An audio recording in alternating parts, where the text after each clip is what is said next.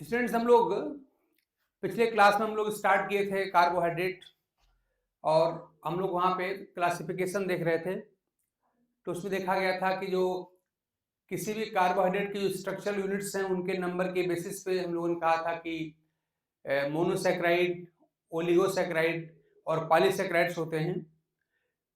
उसे मोनोसैकेराइड के बारे में थोड़ा ज़्यादा हमको पढ़ना चाहिए, तो अगर उसकी स्ट्रक्चर अगर हमको क्लियर है तो मोनोसैकेराइड को जोड़-जोड़ के हम डाइसैकेराइड बना लेंगे या ओलिगो बना लेंगे या पॉली बना सकते हैं। और उसको लेकर के इसकी स्टीरियोकेमिस्ट्री पे अच्छे खासे क्वेश्चन मिलते हैं, थोड़ा-सा कुछ टर्म्स होते हैं। हालाँकि हमने एक अलग से वीडियो बनाया था इस पर कि डायस्ट्रोमर क्या होते हैं, एनेंशियोमर क्या होते हैं, एनोमर क्या हैं, ईपीमर क्या है, सारी बात हम एक बार हम कर चुके हैं। थोड़ा रिवीजन यहाँ पर भी हो जाएगा। तो देखिए है क्या कि स्पेशली आज जो नेचर में मेनली जो हेक्सोज शुगर्स हैं और जो पेंटोज शुगर्स हैं उनका ज़्यादा रोल है। तो हेक्सोज शुगर में आप जानते हैं कि जो मोनोसैकेराइड में ग्लूकोज, फ्रक्टोज और गैलेक्टोज होते हैं। ऐसे आप जानते हैं कि मैनोज भी होता है। और पेंटोज शुगर में आप जानते हैं डीऑक्सीराइबोज शुगर और राइबोज शुगर होते हैं, जो कि डीएनए और आरएनए के स्ट्रक्चरल कंपोनेंट्स हैं। तो आज हम बात कर रहे हैं कि जो ग्लूकोज है मोनोसैकेराइड में, हमने कल बताया था पिछले क्लास में कि जो मोनोसैकेराइड्स होते हैं इस बेसिस पर कि जो कार्बोनिल ग्रुप होता है वो टर्मिनल एंड पर होता है कि इंटर कैलोरी पोजीशन पे होता है।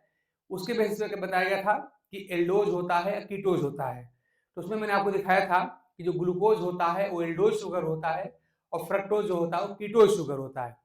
तो थोड़ा इनके स्ट्रक्चर को हम और आगे बढ़ाते हैं, जिसका यूज आगे हम करेंगे अपने डाइसैकेराइड, ओलिगोसैकेराइड और पॉलीसैकेराइड के फॉर्मेशन में। और इसी के साथ हम थोड़ा सा स्टीरियोमर, एनेंशियोमर, ईपीमर, एनोमर की बात भी करेंगे। Alpha and beta pharma glucose और फ्रक्टोज की चर्चा भी की जाएगी।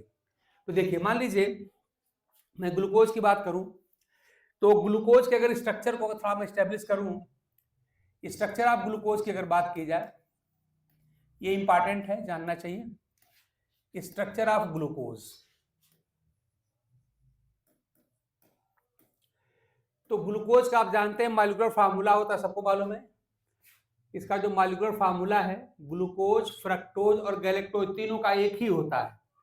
तीनों को ही होता है मॉलिक्यूलर फार्मूला ऑफ, चाहे ग्लूकोज कहिए, फ्रक्टोज कहिए और गैलेक्टोज, तीनों का एक ही सेम होता है, फ्रक्टोज एंड गैलेक्टोज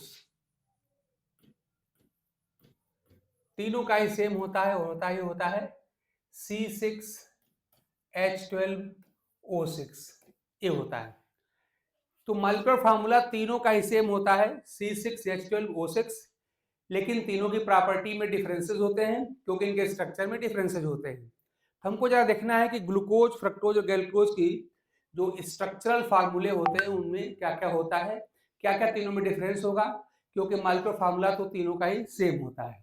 अब देखिए, जो ग्लूकोज होता है उसका स्ट्रक्चर जो है, ये तो मॉलिक्यूलर फार्मूला हमारा हुआ।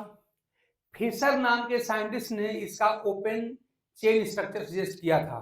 फिशर नाम के साइंटिस्ट ने बताया था, तो उन्होंने ये बताया था कि ग्लूकोज का स्ट्रक्चर होना चाहिए। असल में ये थोड़ा सा प्योर केमिस्ट्री की बात है, वो ये है कि ग्लूकोज में एक्सपेरिमेंटली स्टैब्लिश किया गया है कि वहां पे कार्बोनिल ग्रुप होता है, कार्बोनिल ग्रुप में भी एल्डिहाइड ग्रुप होता है। ग्लूकोज में ये प्रूफ किया गया है कि वहां पे 5 OH ग्रुप होते हैं और आउट ऑफ 5 OH ग्रुप जो होता है 4 उसमें से होते हैं यहाँ पे सेकेंडरी OH और एक होता है प्राइमरी OH।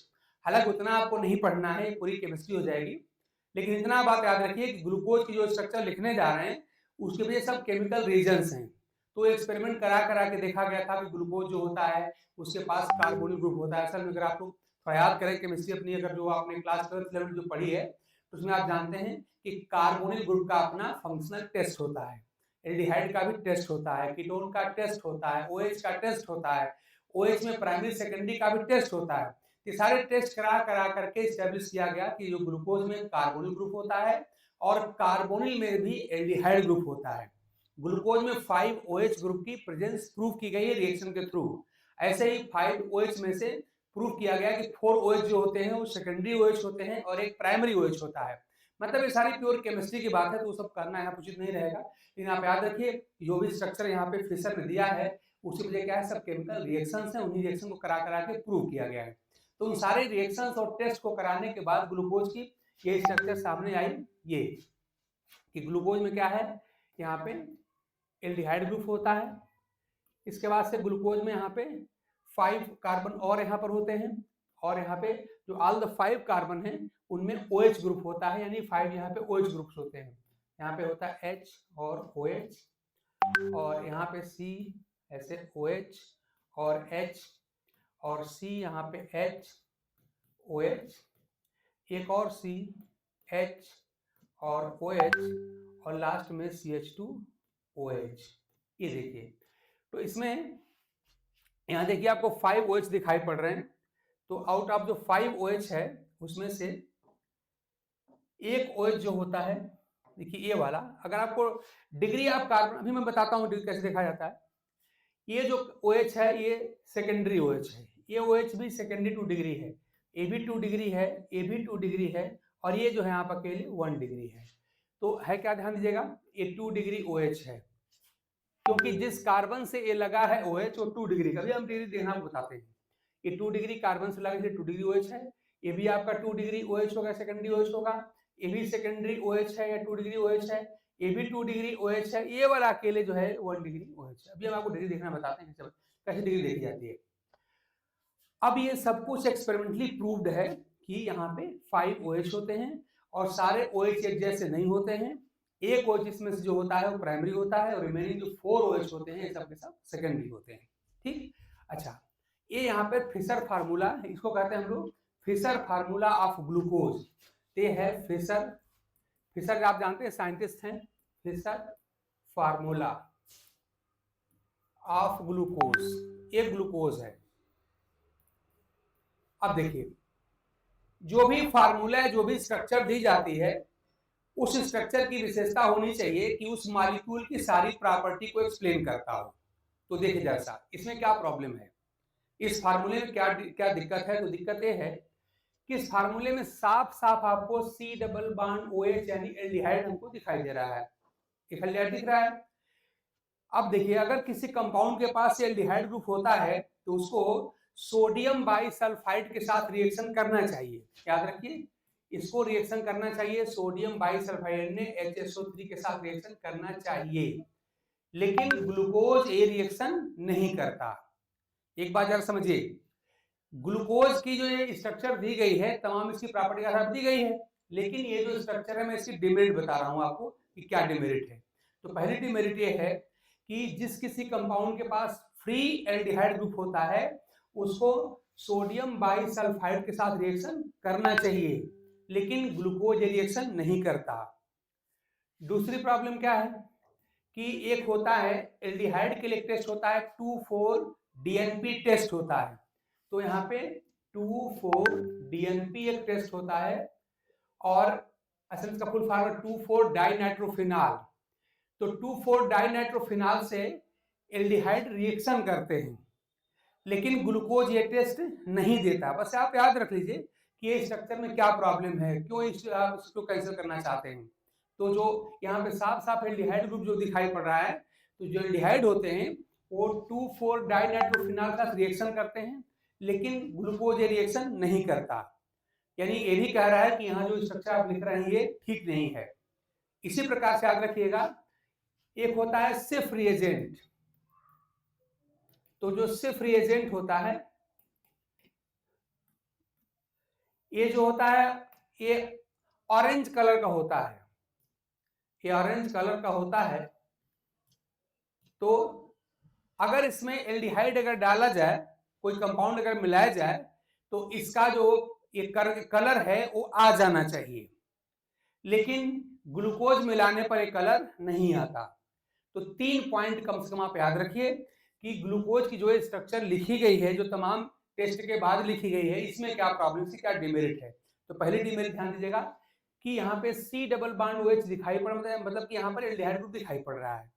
अगर एल्डिहाइड ग्रुप यहाँ पर प्रेजेंट है, याद रखिएगा, यानी कि अगर ग्लूकोज में एल्डिहाइड से फ्री फॉर्म में है तो इसको सोडियम बाइसल्फाइड का रिएक्शन करना चाहिए, एल्डिहाइड का कैरेक्टर होता है, लेकिन ये रिएक्शन नहीं करता ग्लूकोज।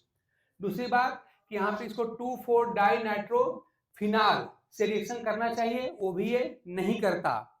इसी प्रकार से सिर्फ रिएजेंट का कलर यहाँ पे इसको प्रोक्योर करना चाहिए, रिकवर करना चाहिए, नहीं करता। तो थोड़ा सा 3 पॉइंट आप कम से कम आप लोग याद कर लीजिएगा कि कौन कौन से कैरेक्टर हैं जिसके बेसिस पे आप कह रहे हैं कि ये स्ट्रक्चर ठीक नहीं है। अगर ये स्ट्रक्चर करेक्ट होती, यहाँ पे अगर एल्डिहाइड ग्रुप फ्री फॉर्म अगर होता तो ग्लूकोज के सब टेस्ट देने चाहिए, और ये सब टेस्ट ग्लूकोज चूंकि नहीं देता, इसी बेसिस पे कहा जा रहा है कि जो ग्लूकोज का जो फिशर फार्मूला है, जहां पे ये साफ साफ फ्री एल्डिहाइड ग्रुप दिखाई पड़ रहा है, ये नहीं होना चाहिए, और यही इस फार्मूले की डिमेरिट है, इसलिए इसको बदल दिया जाता है। ठीक है ना। एक और प्रॉब्लम ध्यान दीजिए, एक और प्रॉब्लम ये है, वो प्रॉब्लम मैं बताऊं आपको।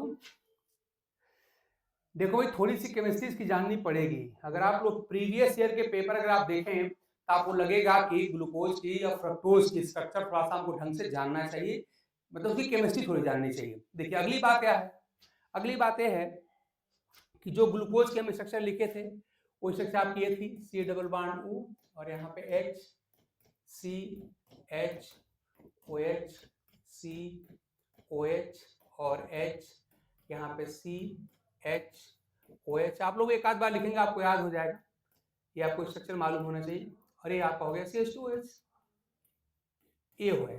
देखिए जैसा, अब मैं अगला इनके ऊपर मैं क्या आरोप लगा रहा हूं, मैं क्यों उसको मैं बदलना चाहता हूं, तो उसका रीजन ये है कि ये जो स्ट्रक्चर खाली बस ग्लूकोज का एक फॉर्म बता रही है, एक फॉर्म है। एक्चुअली नेचर में 2 तरह के ग्लूकोज होते हैं, एक होता है अल्फा डी ग्लूकोज और दूसरा होता है बीटा डी ग्लूकोज। नेचर में 2 तरह के ग्लूकोज पाए जाते हैं। अल्फा डी ग्लूकोज का जो मेल्टिंग पॉइंट होता है वो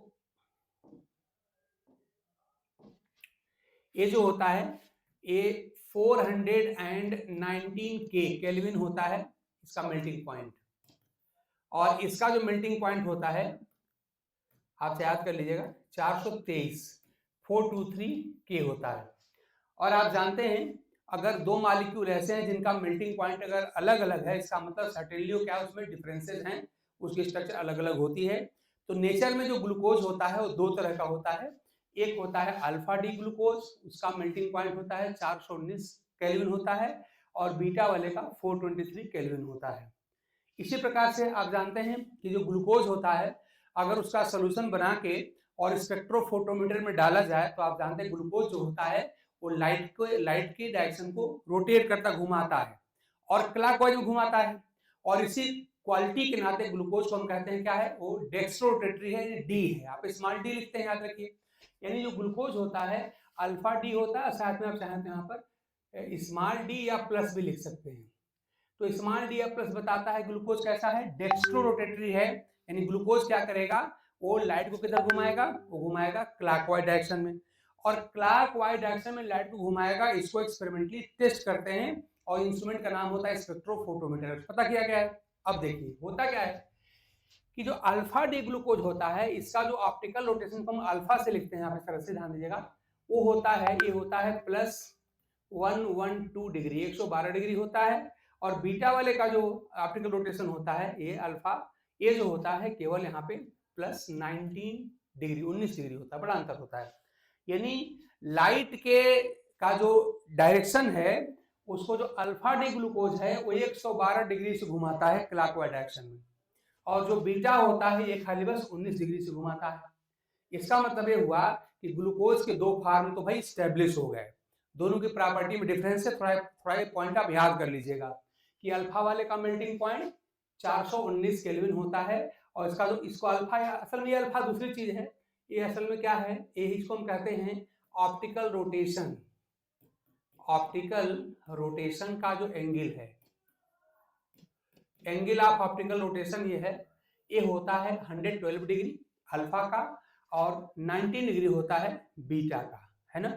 तो इस तरह से आप देख रहे हैं कि अल्फा और बीटा वास्तव में 2 अलग अलग फॉर्म हो गए, इनकी प्रॉपर्टी जो आप देख रहे हैं अलग अलग है, लेकिन जो फिशर का फार्मूला है इसमें ऐसा कोई क्लू नहीं दिखाई दे रहा है, ऐसा कोई लिंक नहीं दिखाई दे रहा है जिसके आधार पे हम कहें कि इसके 2 फॉर्म होते हैं, ठीक है ना। इसी प्रकार से एक बात आप और याद रखिएगा कि जब हम किसी भी एल्डिहाइड का एल्कोहल से रिएक्शन कराते हैं तो वहां पर एक कंपाउंड बनता है, उसका नाम होता है हेमी एसिटल। ध्यान दीजिए, मैं लिख रहा हूं, ध्यान दीजिए। अगर मान लीजिए एल्डिहाइड है तो किसी एल्डिहाइड का अगर हम रिएक्शन कराते हैं, मान लीजिए हम कराते हैं मिथाइल एल्कोहल से, एल्कोहल से हम कराते हैं तो क्या बनता है, यहाँ पर हेमी एसिटल पहले बनता है, पहले बनता है हेमी, उसके बाद बनता है एसिटल। तो यहाँ पर हेमी एसिटल बनता है, आप लोग नाम याद रखिए, ज्यादा रिएक्शन चक्कर मत पड़िए, हेमी एसिटल बनता है। तो ग्लूकोज से जब रिएक्शन कराते हैं तो दो प्रकार के हेमी एसिटल बनते हैं, एक का नाम है अल्फा हेमी एसिटल, एक का नाम है बीटा हेमी एसिटल। तो इससे प्रूव होता है ग्लूकोज के दो फॉर्म होते हैं। तो आपको पहले याद करना है कि आखिर में इस स्ट्रक्चर में क्या प्रॉब्लम है, क्या गलती है। तो हमने जो इसके पहले जो रिएक्शन बताया वो तो आप याद रखें।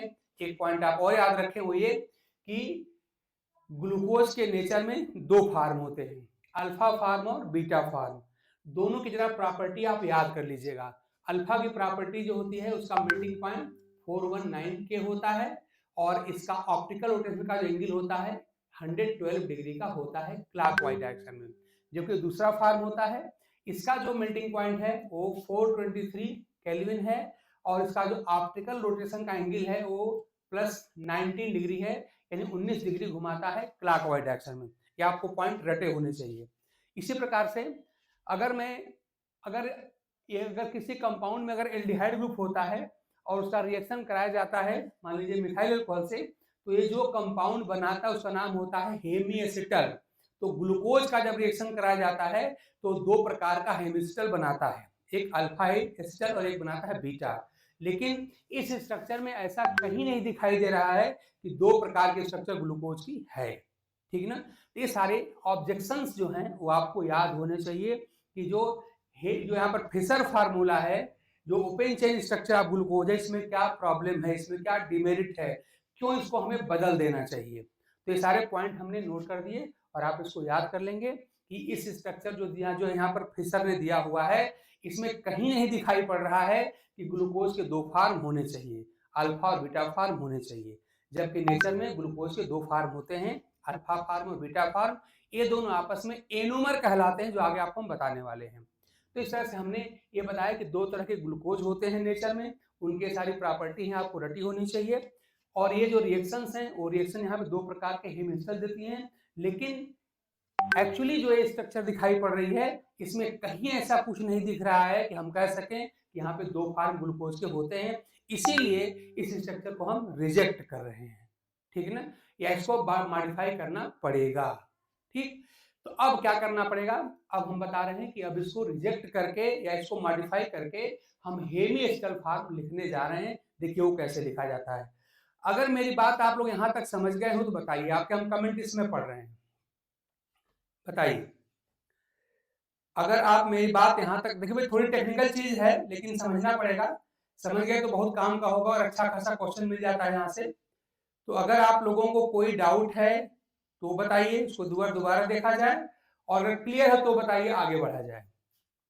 मैंने आपको ये बताया कि ग्लूकोज की स्ट्रक्चर में क्या डिमेरिट है, क्यों इसको हमको बदल देना चाहिए, और ये सारे पॉइंट मैंने आपको करेक्टर लिख दिए कि नेचर में दो तरह के ग्लूकोज पाए जाते हैं, उनका अल्फा का एक करेक्टर है, बीटा का एक करेक्टर है, यानी कि दो तरह ग्लूकोज नेचर में होते हैं, प्रूव्ड है।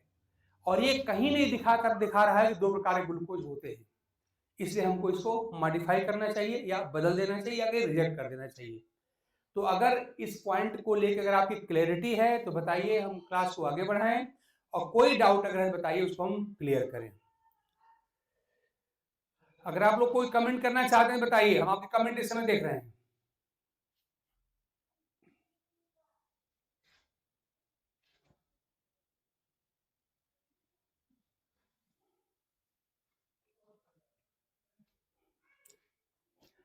चलिए आगे बढ़ते हैं, आप लोग क्लियर है। अब देखिए इसमें हम बदलाव क्या करने जा रहे हैं, बदलाव किया जाएगा, हम यहाँ पे दो तरह के स्ट्रक्चर का होना यहाँ पर हम प्रूव करेंगे कि यहाँ पे दो तरह के स्ट्रक्चर जो है,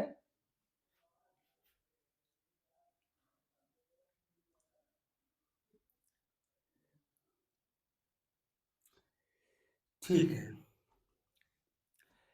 स्वाति हम बता रहे हैं, एक बात समझिए, ये ग्लूकोज के स्ट्रक्चर, ये फिशर फार्मूला है। इसमें इस फार्मूले में इसमें बस एक ही फार्म दिख रहा है, इसके दो फार्म हमको नहीं दिखाई दे रहे हैं। लेकिन नेचर में जो ग्लूकोज होता है वो दो रूपों में मिलता है। एक फार्म को अल्फा डी ग्लूकोज फार्म कहते हैं, दूसरे को बीटा फार्म कहते हैं। अल्फा का कैरेक्टर आप याद कर लीजिए।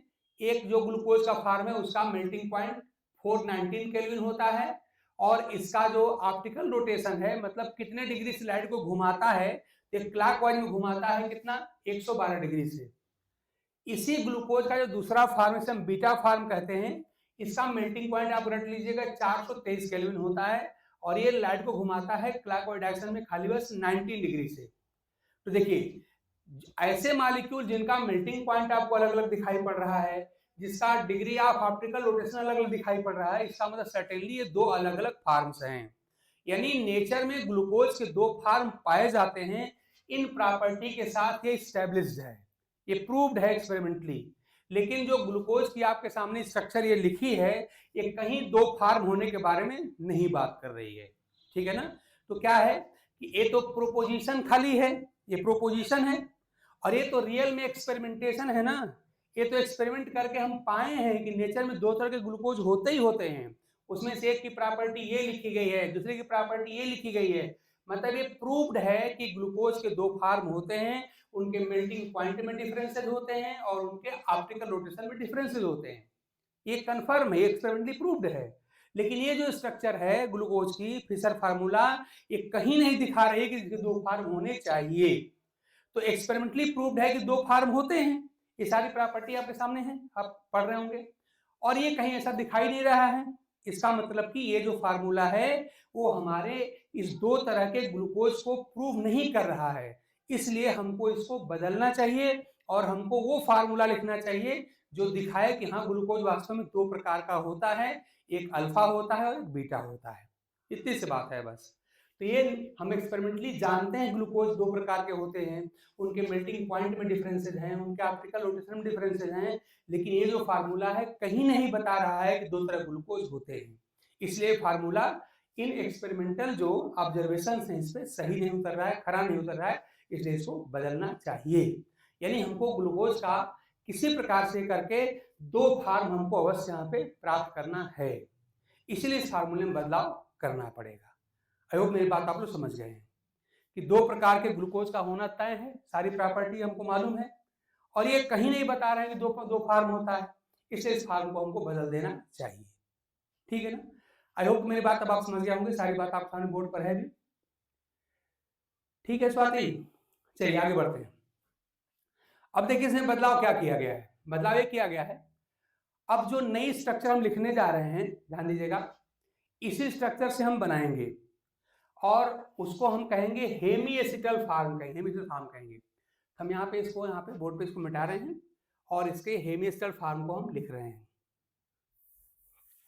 Hemy acetal form of glucose. वो भी बहुत इजी है, ठीक, कैसे बदला जाएगा। इसमें बदलना है आपको, अगर मैं इसकी नंबरिंग कर दूं तो नंबरिंग में ये हमारा फर्स्ट कार्बन है, ये सेकेंड कार्बन, ये थर्ड कार्बन, ये फोर्थ, ये फिफ्थ और ये सिक्स्थ। तो जो सेकेंड लास्ट कार्बन है, या यूं कह लीजिए कि जो इस फंक्शनल ग्रुप जो सबसे दूर है, कायरल कार्बन। कायरल कार्बन आपको याद होना चाहिए कि जिस कार्बन से चार अलग अलग ग्रुप जुड़े होते हैं वो होता है कायरल कार्बन, और ग्लूकोज का ये कार्बन जो है वो कायरल है। देखिए चार अलग, यहाँ पे एक H लगा है, एक OH लगा है, नीचे का पूरा ग्रुप माना जाएगा, ऊपर यहाँ पे CHO माना जाएगा।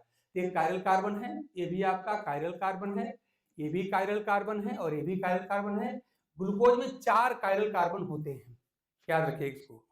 तो होता क्या है कि जो सबसे दूर वाला कायरल कार्बन है, ये पांचवा कार्बन, यहां से एक प्रपोज किया गया कि यहां से एक H जो है इस कार्बोनिल ऑक्सीजन के ऊपर चला जाता है। ध्यान दीजिए, C डबल बॉन्डो को कार्बोनिल ग्रुप कहते हैं, C को कार्बोनिल कार्बन कहते हैं और O को कार्बोनिल ऑक्सीजन कहते हैं।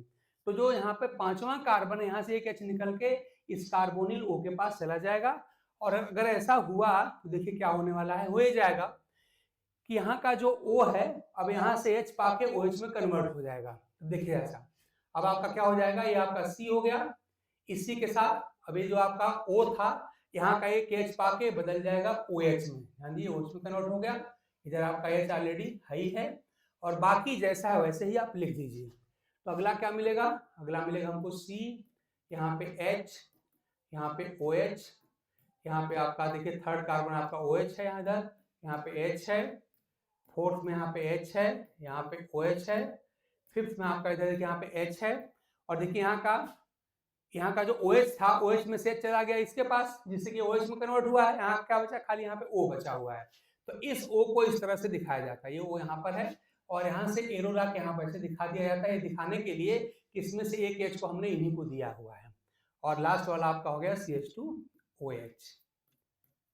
ये देख लीजिए, ऐसा हमने कुछ नहीं किया, सिंपली यही क्या किया है कि पांचवें कार्बन से यहाँ से H को उठाया है और ला के इस O को दे दिया है, जिससे कि जो O था यहाँ से क्या हो गया, OH हो गया। देखिए वाला ये वाला OH हो गया है, ठीक है ना।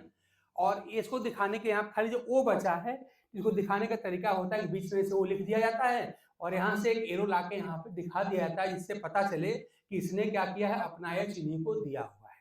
ये होता है, यही कहलाता है हेमी एसिटल फॉर्म। ये क्या है, ये है हमारा हेमी एसिटल फॉर्म है, ये है हेमी एसिटल फॉर्म।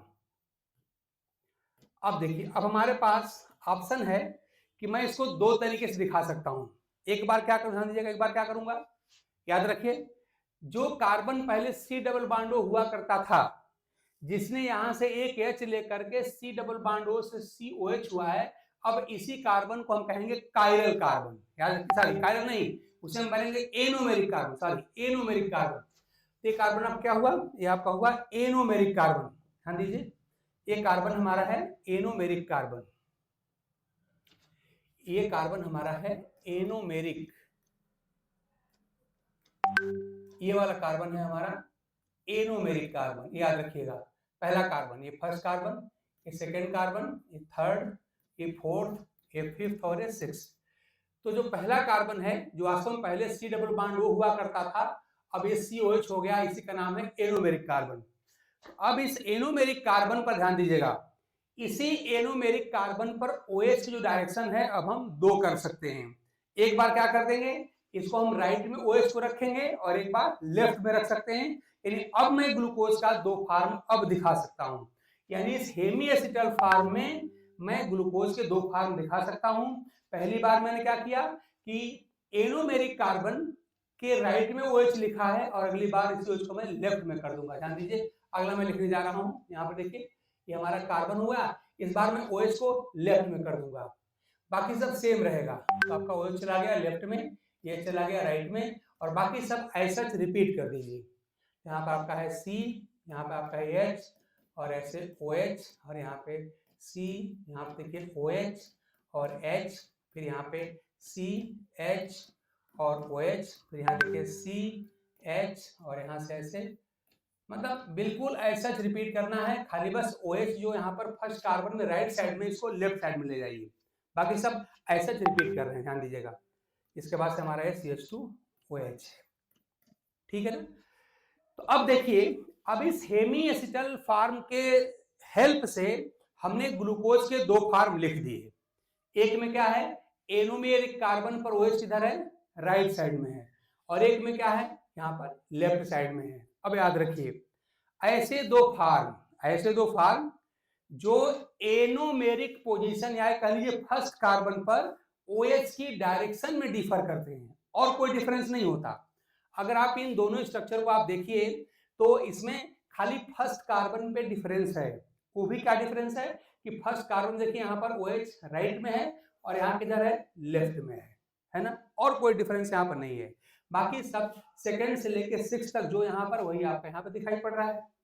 अब देखिए, इसमें से वह फार्म जिसमें पहले यानी एनोमेरिक कार्बन पर OH होता है राइट साइड में, इसको हम कहते हैं अल्फा फार्म कहते हैं। यानी ये जो फिगर हमने लिखा है किसका है, यहाँ पर हमारे पास अल्फा है। अल्फा क्यों है, ध्यान दीजिएगा, अल्फा इसलिए है कि एनोमेरिक कार्बन पर OH किधर है, राइट साइड में है। तो ध्यान दीजिए, ये जो स्ट्रक्चर है हमारे पास, एक स्ट्रक्चर है, अगर मान लीजिए स्ट्रक्चर को, अगर मैं इसको मैंने मान ली फर्स्ट लिखा है, तो इसको मैं मान लीजिए मैं सेकेंड स्ट्रक्चर लिख रहा हूँ, ये हमारा सेकेंड स्ट्रक्चर है, इसको मैं थर्ड लिख रहा हूँ। तो अगर आप सेकेंड और थर्ड को कंपेयर करें तो इसमें खाली जो फर्स्ट कार्बन है उसी फर्स्ट कार्बन में OH के डायरेक्शन में अंतर है, और सेकेंड से लेके सिक्स तक जो यहाँ पर हमने स्ट्रक्चर नंबर सेकेंड में लिखा है वही हमने यहाँ पे थर्ड में लिखा है, कोई डिफरेंस नहीं है। खाली बस पहला कार्बन जो है या जिसको हम एनोमेरिक कार्बन कह रहे हैं, इसी में OH के डायरेक्शन में डिफरेंस है। पहले में OH आपका राइट साइड में है तो दूसरे में किधर है, लेफ्ट साइड में है। तो ऐसे मॉलिक्यूल, ध्यान दीजिए, ऐसे दो मॉलिक्यूल जो खाली एनोमेरिक पोजीशन पर OH के डायरेक्शन में डिफर करते हैं वो कहलाते हैं एनोमर।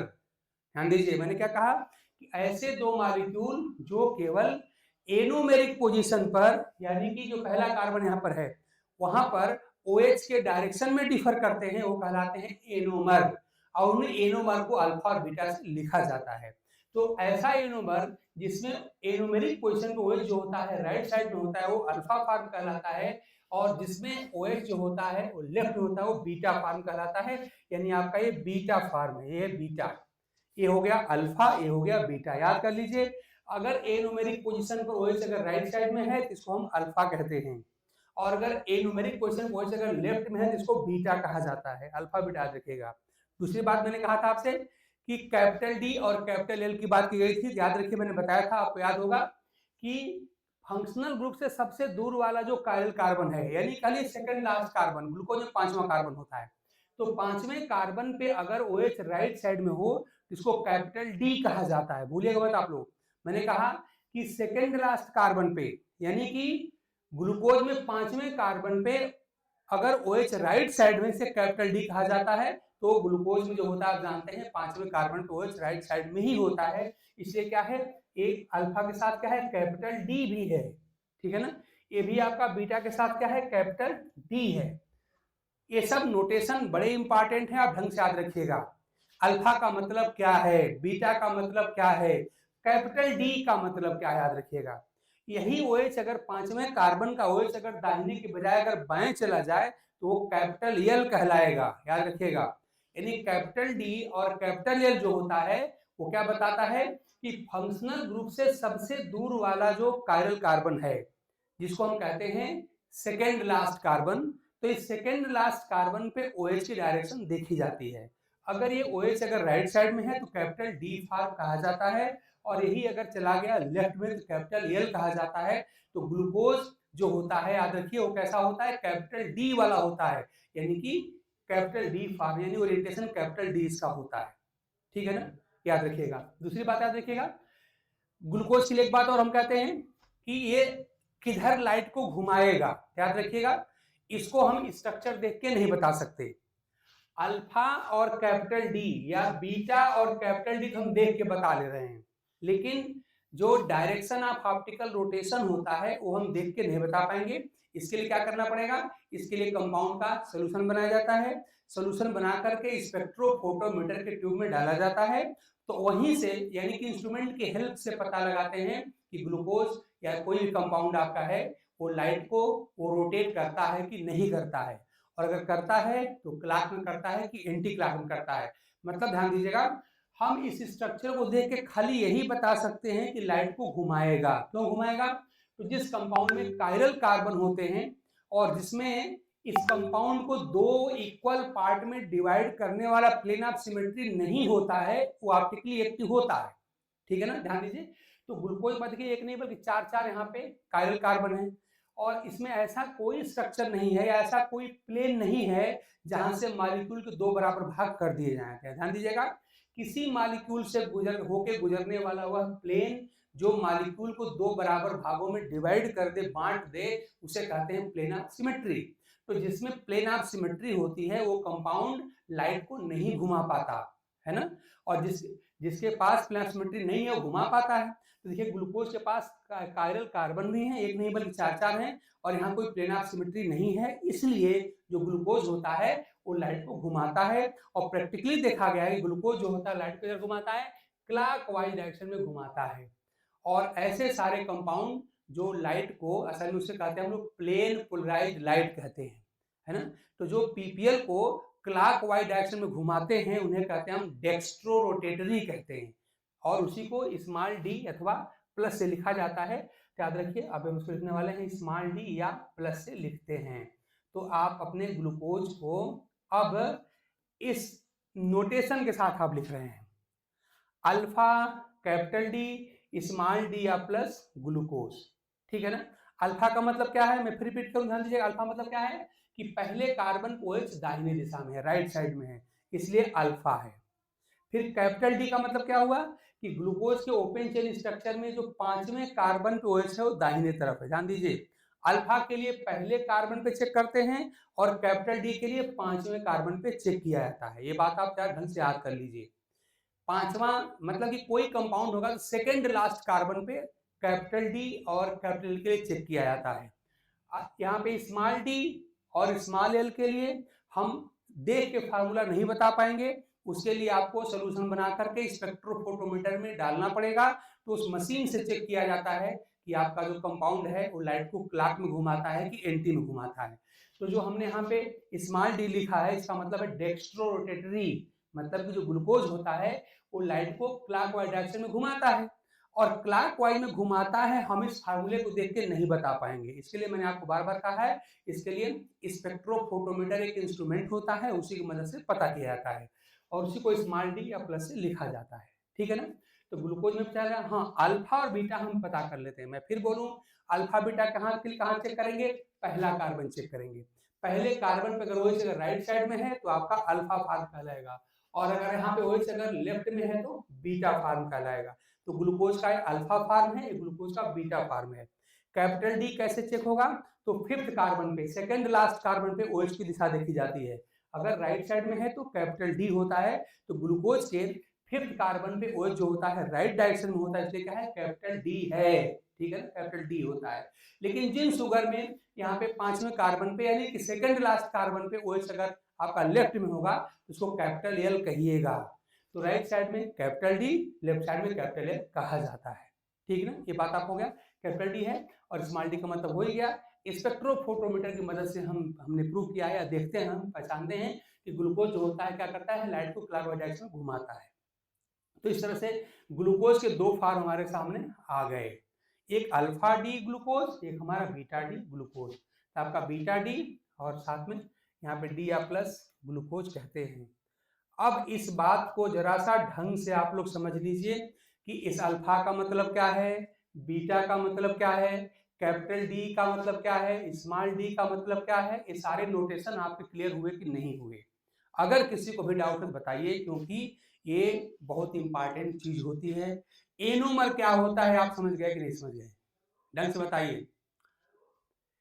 देखो भाई, बात यहाँ पर हो रही है CSIR लेवल की, तो थोड़ा सा तो लेवल उठाना ही पड़ेगा, और ये सब तो सामान्य बात है, ऐसी कोई बात नहीं है, हमने सारी बात आपको बता दी है। तो आप ढंग से देख लीजिए, खुद अपने मन से सोचिए कि अल्फा का मतलब क्या है, बीटा का मतलब क्या है, कैपिटल डी कब कहेंगे, कैपिटल एल कब कहेंगे, स्मॉल डी कब कहेंगे, स्मॉल एल कब कहेंगे, ये मैंने आपको सब बता दिया। अगर अभी भी कोई क्वेश्चन या डाउट किसी को बताइए। हमने ग्लूकोज के 2 फार्म आपको दिखा दिए कि ग्लूकोज के 2 फार्म होते हैं, और ये सब हेमी फार्म होते हैं। अल्फा और बीटा क्या होते हैं, हेमी फार्म में ग्लूकोज होते हैं। तो ढंग से आप लोग देख लीजिए। देखो भाई, कोई भी बुक पढ़ेंगे तो आपको इतना क्लियर, आपके जितने भी रेफरेंस बुक्स हैं आप देख लीजिएगा। आजकल सबके पास PDF होता है, चाहे बुक ही होती है, किसी बुक में इसे समझाया नहीं गया है, आप पढ़ के देख लीजिएगा। आई होप कि अब आपके सामने कोई डाउट होना नहीं चाहिए। अल्फा का क्या मतलब है, बीटा का क्या मतलब है, कैसे पहचानते हैं, कैपिटल डी क्या है, कैपिटल एल क्या है, स्मॉल डी क्या है, स्मॉल एल क्या है, ये हमने सब आपको बता दिया। अगर अब भी किसी को कोई डाउट है तो बताइए, हम इसे दोबारा हम आपको समझाने की कोशिश करें, नहीं तो फिर आगे बढ़े। थोड़ा आप लोग कमेंट जल्दी जल्दी किया करिए, हालांकि थोड़ा टाइम लैग होता है कमेंट करने में, लेकिन थोड़ा अगर जल्दी करेंगे तो टाइम बचेगा अपना। मेरे क्लास के बाद आपको उस टॉपिक का मास्टर हो जाना चाहिए, मास्टर। और मास्टर का मतलब टीचर नहीं होता, मास्टर का मतलब होता है कि आप उसके इंचार्ज हो गए, आपको उस टॉपिक पे फुल कमांड हो गया, ठीक है ना। तो मैं प्रयास यही करता हूं कि एक एक बात आपको एक्सप्लेन कर दिया जाए। ठीक है, उर्वशी का क्लियर है भाई? और किसी का?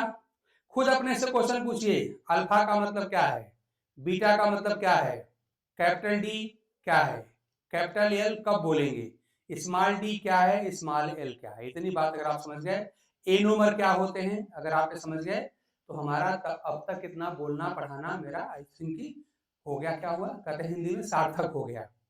ठीक है ना, तो आगे बढ़ा जाए। अब आप अल्फा बीटा में कोई डाउट नहीं करेंगे, कैपिटल डी कैपिटल एल। मैं फिर एक बार अपनी तरफ रिपीट कर दे रहा हूं, ध्यान दीजिएगा।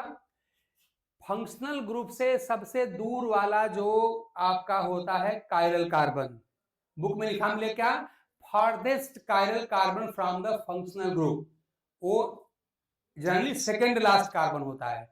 तो सेकेंड लास्ट कार्बन पे OH की दिशा देखी जाती है।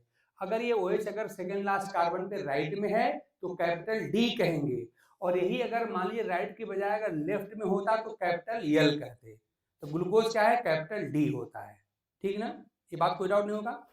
अब अल्फा बीटा कहाँ चेक करेंगे, तो ध्यान दीजिए कि जहां पे एक कार्बोनिल आपका पहले कार्बन पे होता है ग्लूकोज में, तो पहले कार्बन पे चेक किया जाता है। अगर OH राइट साइड में है तो इसको अल्फा कहते हैं, पहले कार्बन पे, और यही अगर पहले का OH अगर आपका लेफ्ट साइड में है तो इसको बीटा कहा जाता है। तो ग्लूकोज के दो फार्म हो गए, पहले कार्बन को OH अगर राइट साइड में है तो आपका अल्फा फार्म हो गया, और अगर ही चला गया अगर आपके लेफ्ट में तो आपका ये बीटा फार्म हो गया। ये भी आपका हो गया। अगली बात मैंने क्या कहा कि यहाँ पे स्मॉल डी और कैपिटल डी की बात किया गया, तो स्मॉल डी और कैपिटल डी को हम ये स्ट्रक्चर देख के नहीं बता पाएंगे, इसके लिए क्या किया जाता है, प्रैक्टिकल करना पड़ता है। कंपाउंड का आपको मिक्सचर बनाना पड़ता है रियल में, और स्पेक्ट्रोफोटोमीटर के हेल्प से ये पता किया जाता है कि वो कंपाउंड जो है लाइट को यहाँ पे रोटेट करेगा कि नहीं करेगा, तो इसको प्रैक्टिकली देखा जाता है। तो हम आपसे कह रहे हैं कि जो स्मॉल डी और कैपिटल डी, स्मॉल डी और स्मॉल एल होता है, इसके लिए क्या करते हैं, इसको हम स्ट्रक्चर देख के एक्सप्लेन नहीं कर पाएंगे, इसके लिए प्रैक्टिकल करना होता है। क्या करना होता है, कंपाउंड का सोल्यूशन बनाइए, इसको स्पेक्ट्रोफोटोमीटर के इंस्ट्रूमेंट के ट्यूब में डाल दीजिए, और जब उसको ऑन करेंगे तो अगर आपको जो ये दिखाई पड़े कि कंपाउंड जो है लाइट को क्लॉकवाइज में घुमा रहा है, तो उस कंपाउंड को डेक्स्ट्रोरोटेटरी कहा जाता है, और उसी को स्मॉल डी या प्लस से लिखा जाता है। यानी कि एक्सपेरिमेंटली ये फाइंड किया गया है कि जो ग्लूकोज होता है वो प्लेन पोलराइज लाइट के प्लेन को क्लॉकवाइज में घुमाता है।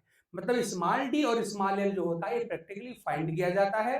तो प्रैक्टिकली फाइंड किया कि ग्लूकोज जो होता है लाइट को क्लॉकवाइज दिशा में घुमाता है, और अगर क्लॉक में घुमाएगा इसे कहा जाएगा डेक्स्ट्रो रोटेटरी, और उसी को यहाँ पे स्मॉल डी से लिखा जाता है। इसी प्रकार जब हम फ्रक्टोज पढ़ेंगे तो वहां पर हम स्मॉल एल लिखेंगे, क्यों, क्योंकि फ्रक्टोज का अगर सोल्यूशन बना करके और स्पेक्ट्रोफोटोमीटर के ट्यूब में डाला जाए तो क्या करेगा, आपको इंस्ट्रूमेंट से पता चलेगा कि जो फ्रक्टोज है वो लाइट को किधर घुमाता है, एंटी क्लॉकवाइज डायरेक्शन में घुमाता है। तो जब हम फ्रक्टोज की स्ट्रक्चर लिखेंगे तो वहां पे हम स्मॉल एल लिखेंगे।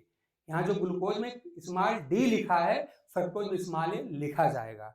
तो मैंने आपसे कहा कि अल्फा फार्म हम स्ट्रक्चर देख के बता पा रहे हैं, बीटा फार्म स्ट्रक्चर देख के बता पा रहे हैं। कैसे पता चला, एनोमेरिक कार्बन पे अगर OH अगर आपका राइट साइड में है तो अल्फा फार्म होता है, और अगर इसी एनोमेरिक फार्म यानी पहले कार्बन OH अगर लेफ्ट में होता है तो बीटा फार्म होता है। ठीक, कैपिटल डी कैपिटल एल हम बता रहे हैं देख करके। कहां से कैसे बताएंगे कि अगर फंक्शनल रूप से सबसे जो दूर वाला कार्बन यानी कि सेकंड लास्ट कार्बन अगर उस पर OH अगर राइट साइड में है तो कैपिटल डी कहते हैं, और अगर यही चलाएगा लेफ्ट में कैपिटल एल कहते हैं।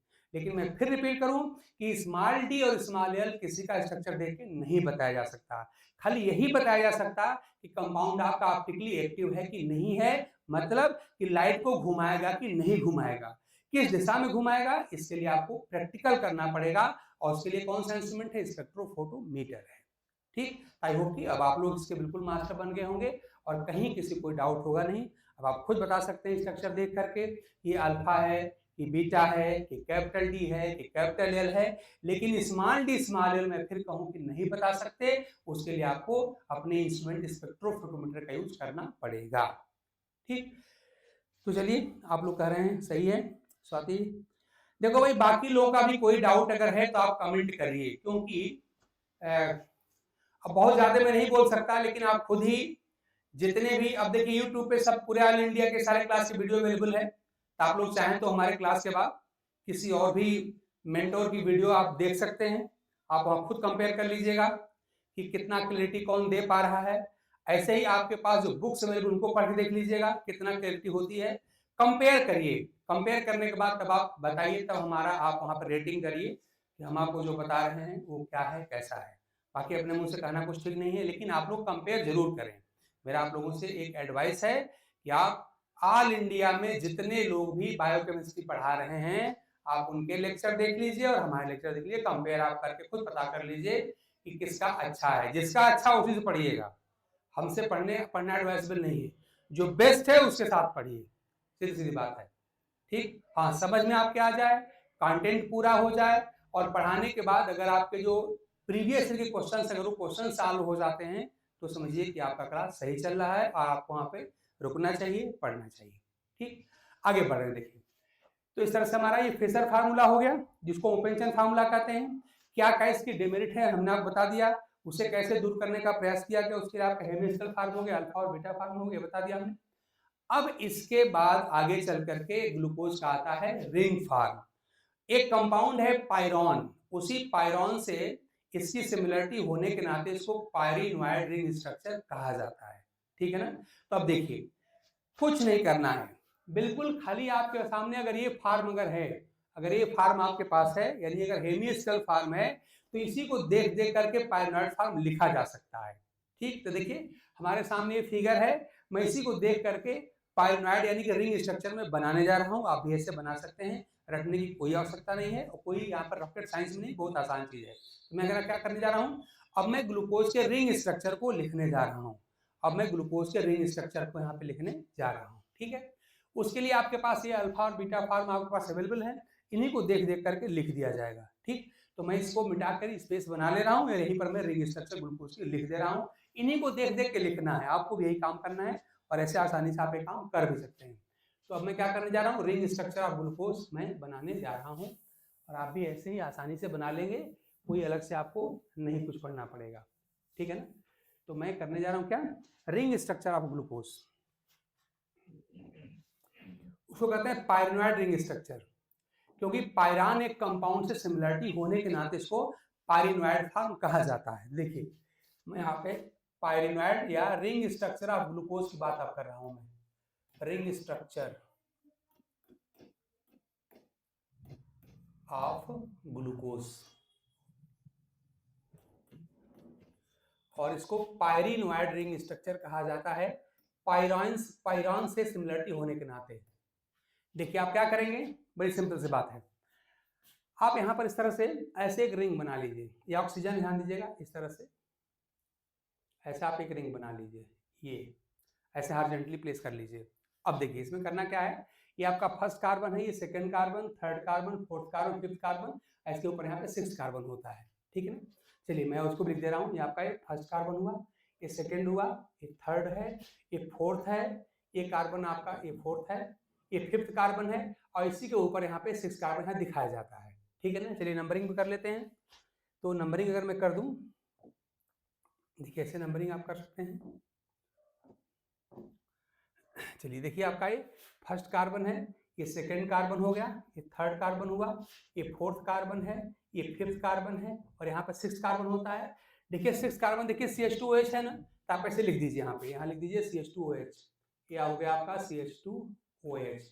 देखिए छठवें कार्बन पे CH2OH है, हमने लिख दिया, और इसको हमने कार्बन नंबर 6 हमने मेंशन भी कर दिया, छठवां कार्बन हो गया। अब देखिए कुछ नहीं करना है, इसको देखते रहिए, जो ग्रुप इसमें राइट साइड में है उसको प्लेन के नीचे लिखिएगा, और जो ग्रुप यहाँ पे लेफ्ट साइड में है इसको ऊपर लिखा जाता है। मैंने क्या कहा, मैंने कहा कि ये जो हमारे पास हेमिस्कल फॉर्म है, इसमें जो ग्रुप दाहिने तरफ है राइट में, उनको क्या करेंगे हम नीचे लिखेंगे, और जो यहाँ पे लेफ्ट में है उसको ऊपर लिखेंगे। मान लीजिए हमारा पहला कार्बन है, ये भी पहला कार्बन है, देखिए यहाँ क्या है, ये देखिए यहाँ पे लेफ्ट में है, तो लेफ्ट वाले में जो है उसको ऐसे ऊपर लिखा जाएगा और राइट वाले को नीचे लिखा जाएगा, तो आपका यहाँ पर OH हो गया। ठीक है ना, आपको मेरी बात समझ में आ रही होगी। सेकंड पे देखिए H किधर है, H आपका देखिए ऊपर है, बाएं है, तो बाएं है तो इसको ऊपर लिखिए, और OH देखिए दाहिने है तो आप इसको नीचे लिख दीजिए, इस तरह से ये हो गया। थर्ड पे आइए, थर्ड देखिए OH है आपका, है ये OH है इनफैक्ट। तो OH देखिए किधर है, लेफ्ट में है, तो लेफ्ट में वाला किधर रहता है, लेफ्ट वाला हमेशा ऊपर रहता है। और देखिए H यहाँ पे राइट साइड में है, तो H आपका नीचे हो जाएगा, ठीक। फोर्थ पे आइए, यहाँ पे CHOH, H देखिए लेफ्ट में है, लेफ्ट वाला कहाँ जाएगा, ऊपर जाएगा। और देखिए OH किधर है, राइट में है, तो आपका ये नीचे आ गया, ये आपका हो गया OH, ठीक। पांचवें पाई देखिए आपको CH और O दिखाई पड़ रहा है, CHO यहाँ भी है। देखिए इनफैक्ट क्या है, यहाँ पे आप जानते हैं हर कार्बन पे C होता है ना, इनफैक्ट तो लिखा नहीं जाता लेकिन होता है। यहाँ पर C भी है, H भी है, और आपका ये हो गया। यहाँ पर CH है और यहाँ पे CHO हो गया। वो लिखा नहीं जाता लेकिन है, आप चाहे तो यहाँ पे हर कार्बन पे C लिख सकते हैं। यहाँ पर आपका C है, हालांकि वो लिखा नहीं जाता, आप चाहे तो लिख सकते हैं। यहाँ पे C है, H है, और यहाँ पे CHO आपका हो गया। यहाँ पे CH है और यहाँ पे O है, यानी कि यहाँ पे आपका CH है और O है, CHO है।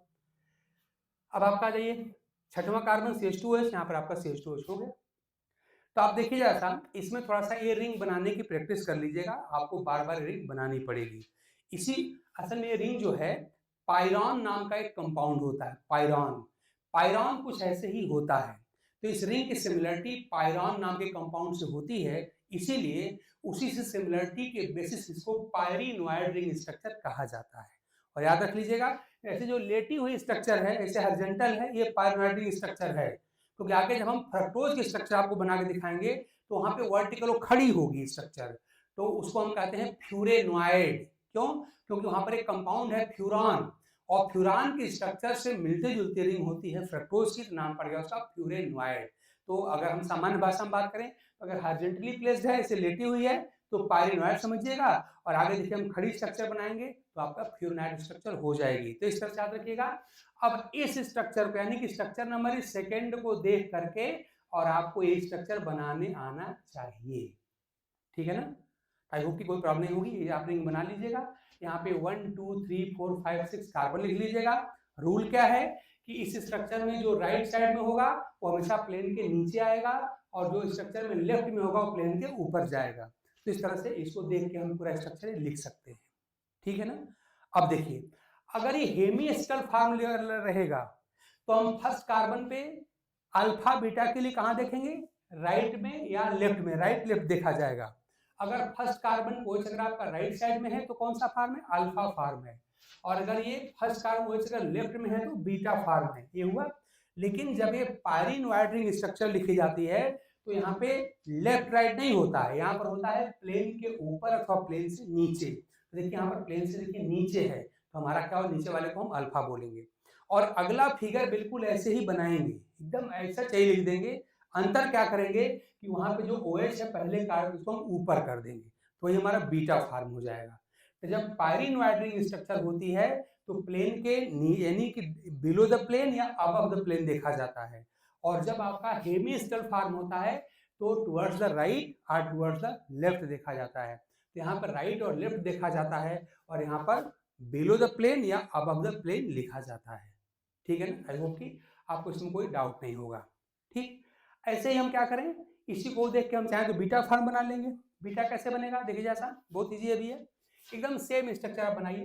देखिए मैं बीटा बना दे रहा हूँ, इसी को देख करके आप बीटा फट से बना सकते हैं। सारी बात वही रहेगी, जो ऊपर लिखा है वही नीचे लिखिए, कोई अंतर नहीं, सब कुछ सेम रिपीट कर दीजिएगा, सारा सेम, कोई डिफरेंस नहीं। डिफरेंस कहाँ करना है, इसी फर्स्ट कार्बन पे OH की दिशा को बदल दीजिएगा। देखिए मैं बदल रहा हूं, मैं अब बीटा लिखने जा रहा हूं। कैसे लिखेंगे, देखिए ये हमारा कौन सा फॉर्म है, ये हमारा कौन सा है, ये जो ग्लूकोज का हमने स्ट्रक्चर बनने वाला बना रखा है ना, ये हमारा अल्फा डी ग्लूकोज है, ये अल्फा है। अब मैं नीचे बीटा फॉर्म, यहां पर मैं बीटा डी ग्लूकोज लिखने जा रहा हूं। अब देखिए कैसे लिखा जाएगा, अल्फा में जो है वही सब यहां रखिए, बस अंतर क्या करना है, पहले कार्बन पर OH के प्लेन को बदल देना है। अल्फा में क्या होता है, यहाँ पे प्लेन के नीचे OH होता है, बीटा में क्या हो जाएगा, जो फर्स्ट कार्बन है यहाँ पे OH क्या हो जाएगा, ऊपर चला जाएगा, यानी यहाँ पे OH ऊपर चला जाएगा। बाकी सारी बातें सेम ऐसा यहाँ पे लिख देना है, कुछ नहीं बदलना है। खाली आपको एनोमेरिक पोजीशन पे फर्स्ट कार्बन पे OH के प्लेन को बदलना है। अल्फा में कहाँ होता है, पहले कार्बन पे OH नीचे होता है, बीटा में ऊपर हो जाएगा, बाकी सब वही रहेगा। तो बाकी सब जैसे था वैसे लिखिए, यानी यहाँ पर H और OH है, यहाँ पे H लिखिए, यहाँ पे OH H है, तो आप यहाँ पे OH, मतलब बिल्कुल वही देख के छाप देना है भाई, कुछ नहीं करना है, खाली पहले कार्बन बस बदलिए, कुछ नहीं बदलिए, बाकी वही देख देख मैं लिख रहा हूँ, ध्यान दीजिए। थर्ड पे आपका देखिए, जहाँ यहाँ OH था OH हो गया, फोर्थ पे HOH है तो आप यहाँ पे H और OH कर दीजिए। फिफ्थ पे आपका CHO है, ऑलरेडी है ही है। छठवें पे CH2OH है, आप यहाँ कर दीजिए CH2OH। तो इस तरह से आप देख रहे हैं कि जो हमने ऊपर लिखा है वही नीचे लिखा है, थोड़ा फिगर छोटी बन गई है क्योंकि स्पेस कम था, खाली पहले कार्बन पे OH की दिशा हमने देखिए बदल दिया है। अल्फा में OH कहाँ है, बिलो द प्लेन है, बीटा में अबव द प्लेन है, और H आपका देखिए ऊपर था वह नीचे चला गया, इस तरह से। तो आई थिंक कि अब आप लोग इस हेमिस्टल फॉर्म में अल्फा बीटा समझ गए, और हेमिस्टल को हम पायरिनॉइड रिंग में कैसे बदलते हैं ये भी अब आपको कोई डाउट होना नहीं चाहिए। ये रिंग बना लीजिएगा, ऐसे 1 2 3 4 5 6 नंबरिंग कर लीजिएगा, पूरे इसी को देखते जाइए। जो यहाँ पे राइट में है उसको प्लेन के नीचे लिख दीजिए, जो यहाँ पर लेफ्ट में है उसको प्लेन के ऊपर लिख दीजिए। इसी को देख देख के आपने यही लिख दिया है, तो आपको रटने की कोई आवश्यकता नहीं पड़ेगी। इसकी कहाँ जरूरत पड़ेगी, तो जब हम मोनोसैकेराइड को जोड़ जोड़ के जब हम डाइसैकेराइड बनाएंगे तब इसकी जरूरत पड़ेगी। ग्लाइकोसिडिक बांड का बनना दिखाने के लिए इसकी जरूरत आपको पड़ेगी। इसी प्रकार से पॉलीसैकेराइड बनाया जाएगा वहां इसकी जरूरत पड़ेगी, मतलब इसकी ज्यादा जरूरत पड़ती है। तो इस तरह से हमने आज कल से शुरू किया था और आज तक मिला करके हमने ग्लूकोज की स्ट्रक्चर स्टैब्लिश कर दी। हमने मॉलिक्यूलर फार्मूला से स्टार्ट किया था। मॉलिक्यूलर फार्मूला क्या होता है, C6H12O6 होता है, वही ग्लूकोज का है, वही फ्रक्टोज का है और वही गैलेक्टोज का भी होता है, लेकिन आगे चल करके अंतर हो जाते हैं। फिर हमने ग्लूकोज की सारी स्ट्रक्चर आपको दिखा दी। फिशर फार्मूला क्या होता है, फिशर फार्मूले की डिमेरिट क्या होती है मैंने सारा बता दिया, बोर्ड पे सब लिखा था मैटर, आप रिवाइज करके देख लेंगे, याद कर लेंगे।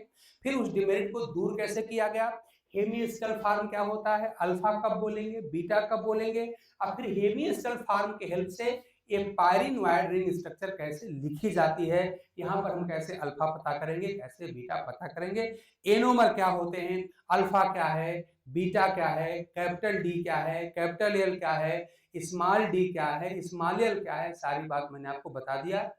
अगर इसके बाद भी कोई डाउट किसी को हो तो आप तुरंत पूछिए, इसमें आपके हम कमेंट देख रहे हैं, हम फिर दोबारा आपको बता देते हैं। नहीं तो इस वीडियो को थोड़ा सा आप लोग हमारे क्लास के बाद फिर दोबारा भी वीडियो अपलोड हो जाएगा, तो आप लोग देख करके एक दो बार फिर रिवीजन कर लीजिएगा और खुद से क्वेश्चन पूछिए। खुद देखिए, जो सेल्फ क्वेश्चनिंग होती है, self questioning and self answering, इस बात का इन्हें असेसमेंट करने का बेस्ट तरीका होता है। खुद से पूछिए, अल्फा क्या है, बीटा क्या है, कैपिटल डी क्या है, कैपिटल एल क्या है, स्मॉल डी क्या है, स्मॉल एल क्या है, डेक्स रोटेशन क्या है, लीव रोटेशन क्या है, कायरल कार्बन क्या है, एनोमर क्या है, सब आप अपने खुद से क्वेश्चन पूछिए। और ये क्वेश्चन से अगर आपने क्वेश्चन किया और आपका ब्रेन अगर आंसर दे लिया, इसका मतलब आपका तैयार हो गया। नहीं हो पाता है तो आप उसको हमसे पूछिए, बुक्स में ढूंढिए, लेक्चर में देखिए, सब आपको मिल जाएगा। ठीक है, तो बताइए, अगर आप में से किसी को कोई डाउट अगर है, हमने टर्म बार बार कहा है, आपसे मैंने क्वेश्चन डाउट पूछने के लिए कहा है, तो अगर इन बातों में कोई डाउट हो किसी को, सारी स्ट्रक्चर कैसे कन्वर्ट हो रही दूसरे में, सारी बात आपके सामने है, अभी भी सामने बोर्ड पे दिख रहा है। अगर आपको एक स्ट्रक्चर को दूसरे में बदलने में कोई अगर प्रॉब्लम है बताइए, इसको रटने की कोई आवश्यकता नहीं है, बस इसको देखते रहिए, इसको देख के लिखते रहिए, बस आसानी से। अगर आप ये कर पा रहे हैं तो समझिए आपने बहुत अच्छी बात यहाँ पे सीख लिया है, जो आपके ढेर सारा आगे काम आने वाला है बायोकेमिस्ट्री ऑफ कार्बोहाइड्रेट पढ़ने में, समझने में। बताइए, कोई डाउट अगर किसी को हो तो। इस समय हम आपके कमेंट पढ़ रहे हैं भाई, अगर किसी का कोई डाउट है तो बताइए, उसको मैं क्लियर कर दूं, क्योंकि हमारा कोई डाउट नहीं है। आप जितना क्वेश्चन पूछेंगे हम सब बता देंगे। हम जो भी टॉपिक पढ़ाने आते हैं यहाँ पे आपके सामने, उस टॉपिक पे हमको मास्टर लेवल कमांड होता है, तभी हम पढ़ाने आते हैं। हमारी ये मेरिट है, डिमेरिट समझ लीजिए। इसलिए जितना क्वेश्चन पूछेंगे सब बता देंगे हम, हमको सब आता है।